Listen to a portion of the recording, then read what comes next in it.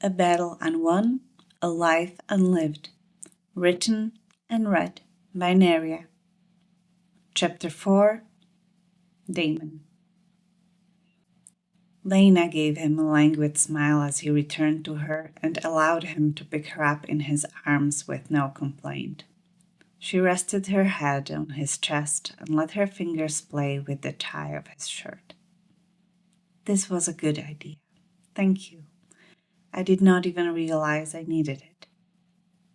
He kissed the top of her head in response and carried her to their chambers in silence.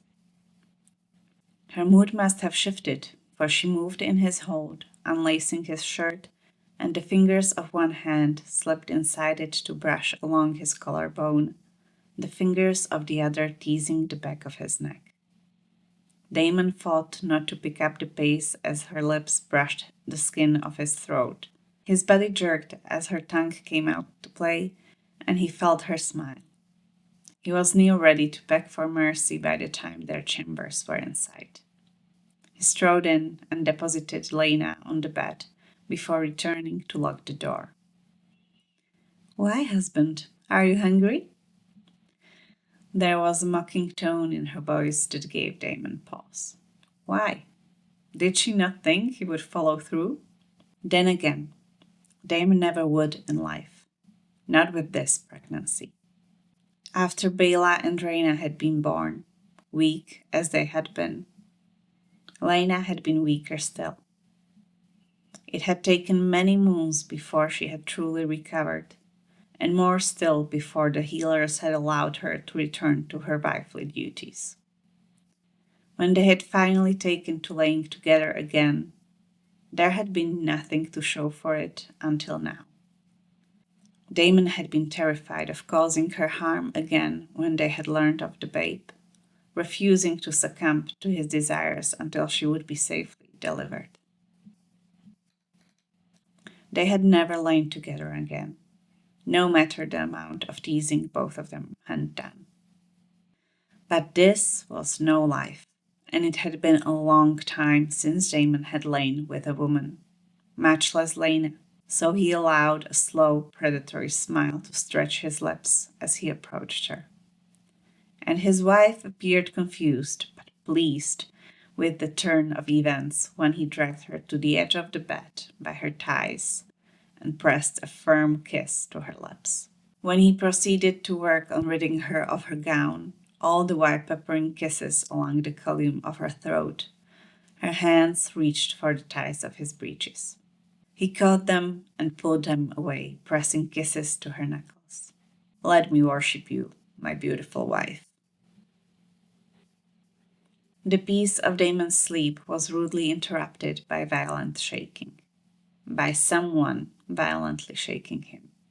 He raised the hand to sweat away the annoyance and had it slapped away in response. "Daemon, get up!"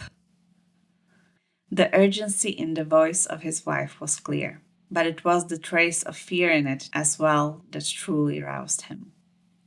His hand met with wetness as he pushed himself up, and he frowned. "Did you spill a drink? Should I rouse maids to change the bedding?" His wife shook him again. "No, Daemon, focus! The babe is coming." No, it wasn't. Daemon knew it would be a few days yet, and so he told her. "Don't be silly, it's not the time yet." He dumbly stared at the spot where her balled-up fist hit him. "Daemon, I think I am the better equipped of the two of us to know whether the baby is coming or not." Horror slowly spread across his being as he watched her face contort in pain, her white-knuckled fists gripping the blanket. Breath died in his chest, his ears starting to ring. He scrambled off the bed, only for his feet to tangle in the clothes on the ground and fall. He started for the door as he rose, only to be stopped by the pained voice of his wife. "Clothes, Daemon." He turned to stare at her in confusion. What was she worrying about, cleaning the scattered clothes up now? "You're naked," she uttered through gritted teeth. He fought to pull his breeches on quickly, with suddenly clumsy fingers, and made for the door, only for it to refuse to open. He pulled on it some more for good measure, but it remained stubbornly closed. A helpless laugh sounded from the bed, and Lena's voice was full of fond exasperation. "You locked the door." Making it out of their chambers without further embarrassment, Daemon ran for the entrance of the grand manse, dispatching one of the guards there to collect the healer and another to the servants' quarters to rouse them. Then he rushed back to his wife's side. He found her standing next to the bed, leaning against the nightstand. "What in the God's name are you doing?" She glared at him and snapped, "Getting a damn nightgown. I will not birth my child in my name-day suit." He bent over to grab his discarded shirt off the ground and strode over to her side. "Raise your arms. This will suffice." She gave him a scandalized look he was utterly unmoved by, but eventually she relented with an adorable pout. He lifted her back onto the bed and then joined her there to arrange pillows behind her back. He held her as another wave of pain hit her, her screams sounding over the sounds of the rousing household. After the screams cut off, she spoke in a breathless voice. "Daemon, I think the babe is coming."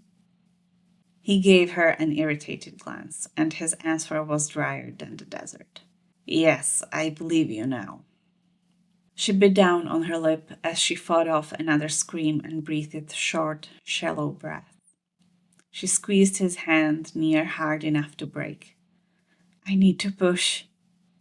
That meant nothing to Daemon, and she seemed to realize that quick enough. "This babe is not waiting on anyone." She screamed again, even worse than before, and continued once she regained her breath. "You need to pull him out." Dread settled in the pit of Daemon's stomach as he moved down the bed to come to rest between Lena's bent legs. He could already see the top of a blonde head, with more becoming visible at an alarming rate. He rushed forward to support the emerging head when another great wave of pain struck Lena, and she blew out a great scream, mirrored by a thundering roar of Vagar in the distance. The child's body slipped from her body all at once into Daemon's waiting hands, and as Lena's screams subsided, wails filled the room. Daemon brought the slippery bundle to his chest, afraid it would slide out of his trembling hands, never looking away, too afraid he might blink and it would be gone. A babe. The weak voice of his wife sounded from a distance. "What is it, Daemon?" He responded with a whisper full of awe. "A babe." Somehow, she gathered whatever strength she had left to kick him. He shuffled over on the bed to bring the babe into her outstretched hands, and he brought his arms around Lena, laying his cheek on the top of her head as she cradled him gingerly. "A boy." There were tears on her cheeks and in her voice. "We have a boy. What shall we name him?" Daemon had no idea. For so long he had dreamt of a son of his own to name Balon. But the babe meant to carry that name had died in Mysaria's belly, thanks to his brother. He had wished for a boy with that name still when he had wed Lena. But then the twins had been born, and the name had gone to Bela. He knew he would not have two children of the same name.